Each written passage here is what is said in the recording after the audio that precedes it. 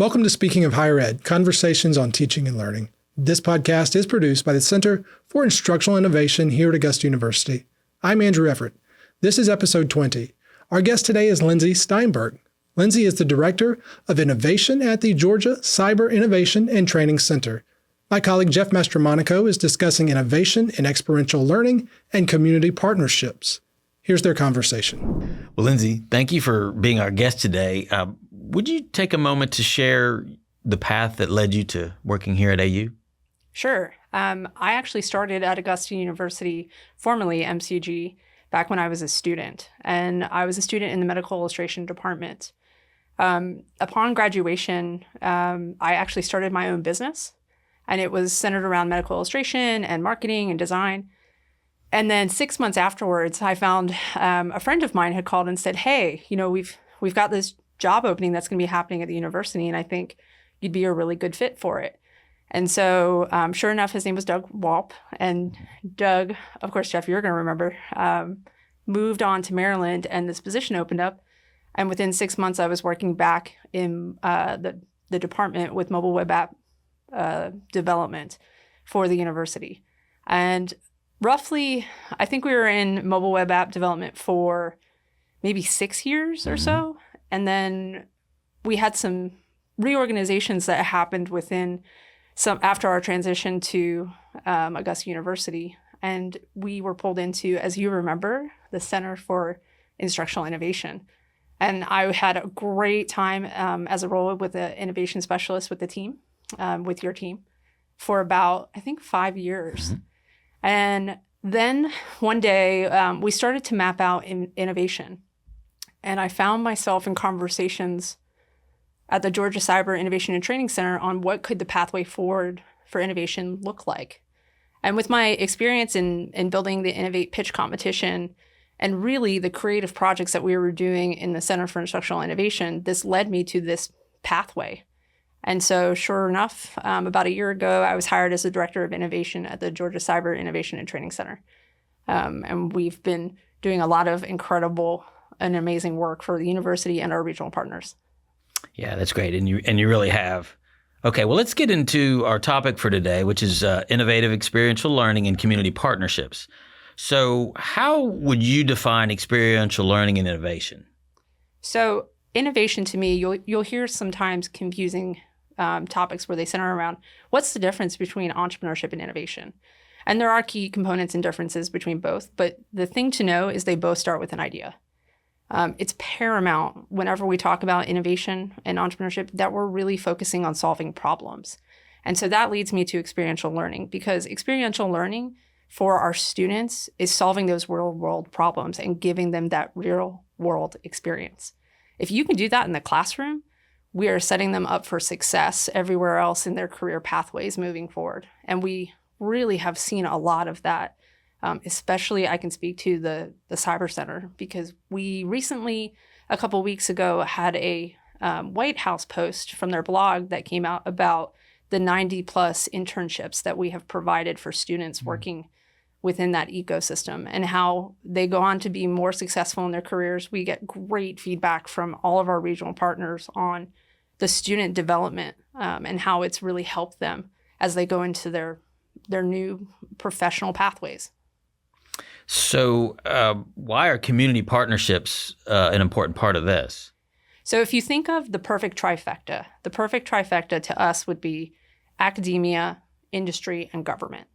And the only two places that I've truly seen this type of partnership is in the Georgia Cyber Innovation and Training Center, where you have all three of those working effectively together to provide future careers for students, whether it's Augusta Technical College students, we even have high school students, as well as Augusta University student interns, and not just in cyber career pathways. There are business students, there are marketing students, and they get wonderful experience as a part of this partnership. And it also provides growth for our industry partners.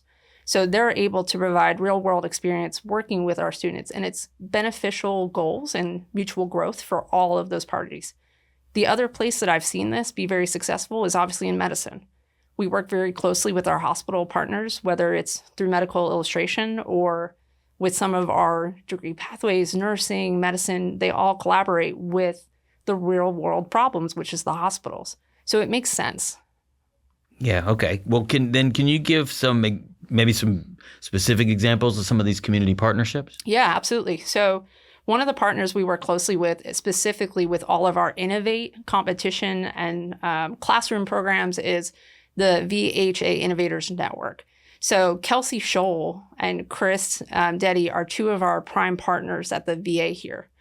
And so with this partnership, they help bring in real world experience on how to pitch ideas, how to go into commercialization, and help inspire our students. But then they're also looking to establish a fellowship with our healthcare business management degrees. And so that's the type of growth that I'm talking about with some of our industry partners. Another example is we have a makerspace called the Garage Makerspace. And it's open not only to faculty, students, and staff, but the entire community at large. So we're open to the public. And that has allowed us to bring in, we have a specific individual who's a patient. He's a paraplegic, and he wants to create a custom splint. And so our team worked with him, as well as some of our occupational therapy and physical therapy students, to custom create this splint that they're now working on. And that's just kind of an example of we're solving these problems with our partners, but they're also providing growth with us as it's beneficial for both of us. So you talked a little bit about experiential learning, which is definitely an area where our two divisions overlap for sure. What technologies or methodologies, in your opinion, are being used for experiential learning experiences? Yeah, absolutely. So I'll look to the Makerspace team. We have inside our Makerspace, we have 3D printers, we've got 3D scanners, there's a laser engraver. There's all sorts of room for growth for other machinery to come in. We have a wish list, which we keep on our website, looking forward to different equipment moving forward. We also have a PCB machine, so circuitry printing. Oh, okay. We have some of the 3D modeling software for prototyping we can utilize on iPads, and we offer courses to help teach all of these skills. And so you mentioned experiential learning. I just wanted to bring up, as an intern in the Makerspace, our interns are working on real-world entrepreneurial projects. So we have 3 external entrepreneurs who are working effectively with the team on different projects. I obviously can't really talk about the details, but it does provide experience for the interns to work with clients directly, to be able to prototype, design, redesign, reiterate, test, the entire process. So it's been a really wonderful experience to see the growth for our interns. So you talked a little bit about those experiential learning projects and opportunities, but what are some of the challenges in implementing these experimental learning projects? Is it a challenge for innovation, do you think, or experiential learning, the hands-on in the classroom work? Well, I guess either. Wherever you kind of see, maybe that there's some pitfalls or roadblocks and things, what are some of the things that you've experienced? Yeah, sure. For innovation, I think before my time at the university, I've always been naive to maybe the academic culture. Yeah.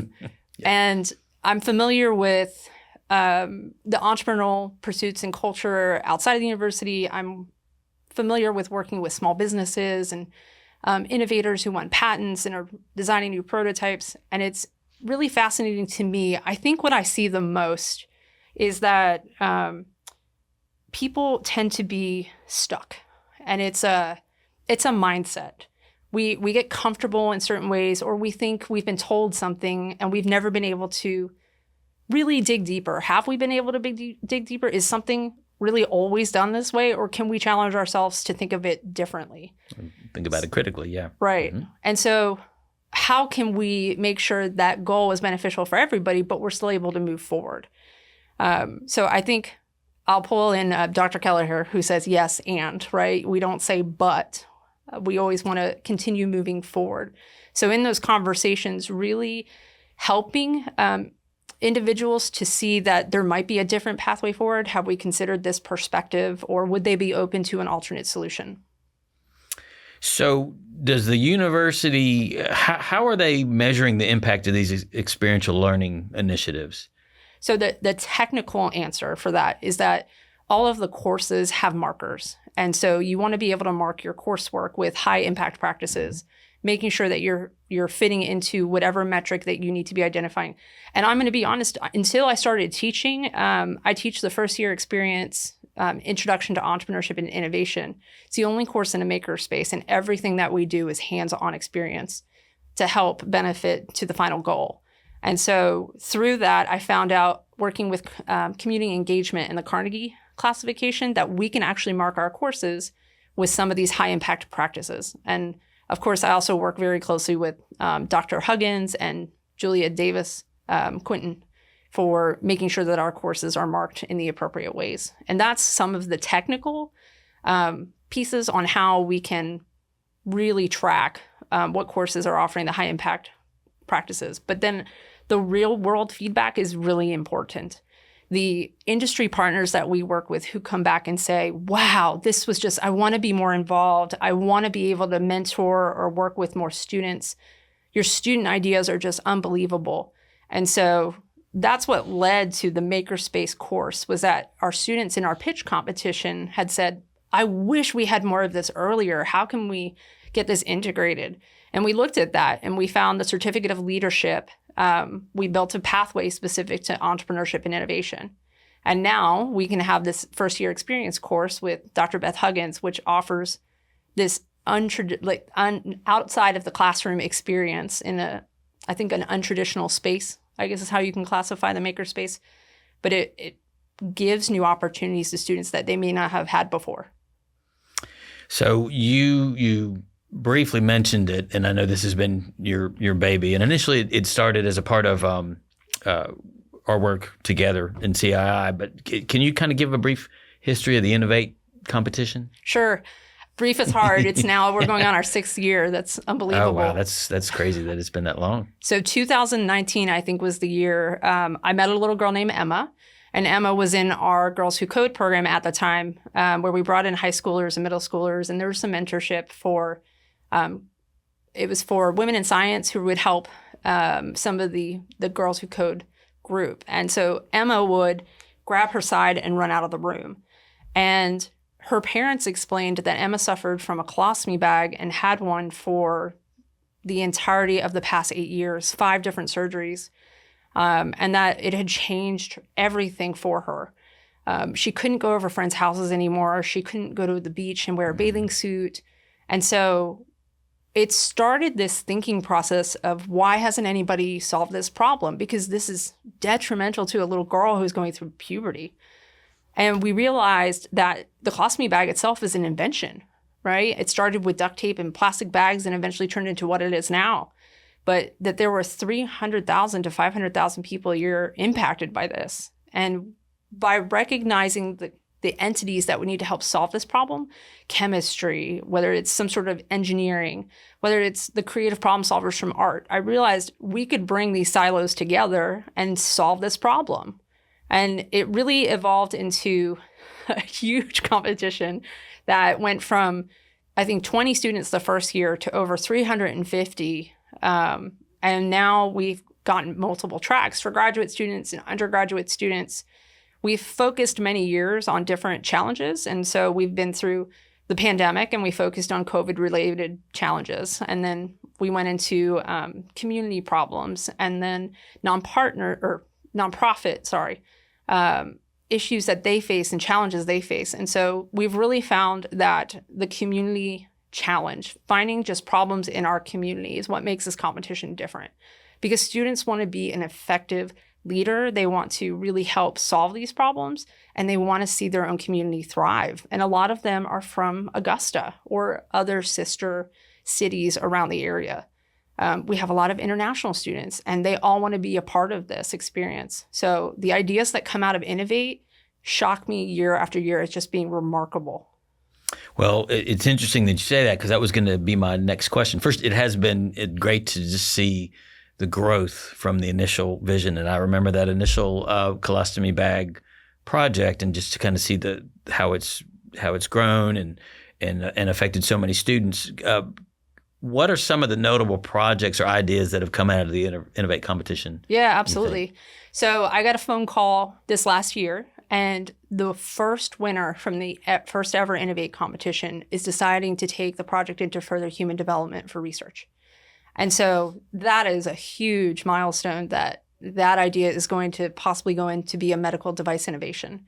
That first idea, that first solution that won was definitely a standout, especially since it started this entire domino effect for Innovate. We've had different types of projects, whether they're motivational boards to help educators. Specifically this last year, we had the School of Computer and Cyber Science students had a brilliant idea around tracking and identifying disabilities in the classroom and technology centered around that. So it starts with solving problems, and it sometimes can evolve into a technology piece, an innovation technology, or it could be something else. We had a project from this year's competition, the undergraduate winner, Gigi and Caitlin, and their project was centered around a filtration system that would help all of the Augustan manufacturers and factories filter out what we consider a stinky smell that it impacts Augusta. A lot of people in the in our economic development and regional partners here. So that project not only started in the inquiry class as a part of their solution to a problem in the community, but she evolved and took it further into the Innovate competition. And we've been identifying some regional partners who can help and further that by doing some research with her on how filtration systems work. You're just hoping that'll help the stinky Augusta problem. Okay, well, can you then maybe share some examples of how interdisciplinary collaboration on some of these innovation projects has come about, and you maybe how those have enhanced learning and research? Yeah, so I wanted to bring up one of the most successful interdisciplinary collaborations I've seen, especially on an Innovate team, was Professor Roger Duke. So shout out to Duke, because he has figured out part of collaboration on these teams where a cyber student worked with a business student and another major, and they came together and the three of them won the competition. It was all about motivation and science. But it was bringing these three team members together to produce an absolutely remarkable solution for something that we're facing in our classrooms, not only here in colleges, but in universities, but also in K through 12. So that was the first thing, is finding and organizing. If you can branch out and collaborate with other classes, if you're a business professor and you want to collaborate with, I know BizArt collaborates with the art department. That's a great example. We need more of that. And then the project that I mentioned that was Gigi's filtration project, that first year experience course that we teach in the makerspace, that is interdisciplinary because the students don't have necessarily or have not started their major pathways. That's a first year experience class. And so interdisciplinary collaboration thrives in all of the Jaguar Junction and the first year experience courses because we already are not in our majors. And so I see some really fascinating perspectives from our freshman students coming through the door. So you touched on this a little bit when you were talking about business. What role do the faculty members play then in fostering this innovation in the experiential learning? So faculty are paramount, right? We're inspiration for students, and it all starts in the classroom. So if there is a way that we can bring innovation into the classroom, if it's helping to make more real-world experiences on problem solving, every discipline has an ability to bring in a regional partner, an industry partner, and work with students on mentoring them or guiding experience based on what type of problems are they seeing in their field. That's real-world experience. And so I'm happy to provide the Innovate package that we teach in our first-year experience course and use it as a model for anybody across the university who would like to implement this into their coursework. It really starts with identifying and solving problems, and then it leads into either human-centered design thinking or design thinking practices. We in entrepreneurship and in innovation, we go a little bit into the business development, but we also bring in legal, and legal talks about intellectual property and trademarks. So a shout out to Beverly Lyman from legal, who's paramount in helping us teach the students about intellectual property and what are their rights, how do they protect their ideas. And then we also work with RBA, who comes in and talks about how to pitch an idea. So this is it's all about that collaboration with our community engagement partners and our industry partners who help make this successful. But I'm happy to help anybody who would want to move forward and try something different. Yeah, I think it goes a long way for if faculty can understand, especially with the focus on community engagement that we have here at the university, and just how impactful like a place-based curriculum can be, to the students. So let's take a quick break before asking our continuing the conversation question. Got a teaching idea worth sharing? Share it on AU Teaching Commons. We are Augusta University's first peer-reviewed hub of open teaching resources by faculty for faculty. Share your knowledge, help your peers, impact students. Visit us at guides.augusta.edu/AU Teaching Commons. Let's go ahead and get into our continuing the conversation question, which is, what advice would you give to students and faculty who want to get involved in innovative projects or initiatives? Yeah, absolutely. So I would say for our students, definitely reach out to the innovation team. It's myself and Brianna Jackson, Luke Steele, Aaron Cummings, and our intern Aiden Manahan. We all work in the makerspace as a team, but they can definitely work with some students, whether they have projects in other classes. It doesn't have to be projects that are in the makerspace, but we could definitely offer workshops, some prototype skill development, and we've got some free workshops and we've got some evening community workshops that are paid for by SEED. So some of the things that students might be interested in is we've got a custom bobblehead workshop. We also have a learn how to 3D model for 3D printing or 3D prototyping development. So if they have anything they're thinking about and they don't really know where to start, reach out to innovate@augusta.edu or garage@augusta.edu to contact the team. For, I would say, everybody to think about how we can work with partners. How can we bring partners into the classroom and help work or mentor with our students for that real world experiential learning development? And we can partner with the faculty through our SPED team. And SPED is Strategic Planning and Economic Development. And so strategic planning, did I say that right? SPED, yes. Strategic Planning and Economic Development team. And that team consists of Karen Nixon, who works with our military initiatives, and Rob Dennis, who is he's corporate engagement, so the director for corporate engagement. Winnie Squires is specifically working on workforce development. She's our career success coordinator for specifically the SECS students. But she's got great resources and works a lot hand in hand with Julie Goley from Career Services. So, and then innovation is with the team as well. And then recently with some changes, community engagement has now joined us under Michael Schaffer, who is our EVP. So he's our EVP for strategic planning and economic development. And if anybody wants to form partnerships or relationships with some of our industry partners, they don't have to be on campus. These are regional partners that we work with and communicate with. And I don't think a lot of individuals know that they can reach out to us. So we offer that to everybody external and also internal. So please reach out. Specifically, if you would like to reach out to my email, it's lysteinberg@augusta.edu, and we can directly connect you to where you need to be connected to. Well, Lynsey, thank you for a great conversation.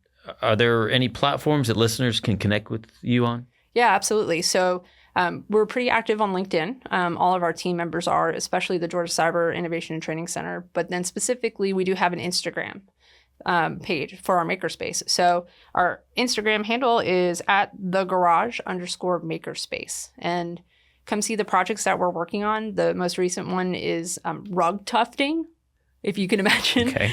So I walked in the makerspace one day and the team was working on a giant canvas and plugging away and putting yarn pieces into this with a tufting equipment. So it's wild, but it's very soothing. It's very, you start following the lines. It's like coloring in the lines with making carpets. So it's wild with yarn. Well, Lynsey, before we wrap things up, is there anything else that you'd like to discuss? Yeah, I just want to make sure to really thank our partners who help make all of innovation the success that it is. We could not do this without their help and collaboration. And that's our partners at the VHA Innovators Network here in town. We work a lot with, we've worked in the past with Make Startups as a part of the competition. We also work a lot with our legal and commercialization offices. So I can't tell you how much I have to thank Mike Moore from the Office of Commercialization in helping get our provisional patents for our winners. And we work with Pabst Patent Group as a part of that effort. So thank you so much to them, as well as Beverly Lyman from legal, teaching our students about intellectual property. And then finally, also Greg Thomas, who is a huge partner with all the things that we teach on design thinking. And he works at TaxSlayer. So we want to thank all of these entities for their tremendous work. The last thank you is to Alan Soto. Alan is a venture capitalist. He owns Vinia Capital, and he has been helping to mentor our students who win the competition, but also looking for opportunities to help guide them, whether it's judging in the competition, or performing guidance after the competition. So it's been just such a blessing to have all of these entities involved. Yeah, it's great to hear all the community and local support this innovation is getting. Well, Lynsey, thank you for joining us on the podcast. The conversation continues on our Facebook page at facebook.com/AUGCII. Please contribute your thoughts on today's topic and other episodes. You can find more on our show page at augusta.edu/innovation. Please rate, review, subscribe, and share this podcast. We release new episodes on the third Wednesday of each month in spring and fall semesters. Speaking of Higher Ed is produced by the Center for Instructional Innovation at Augusta University.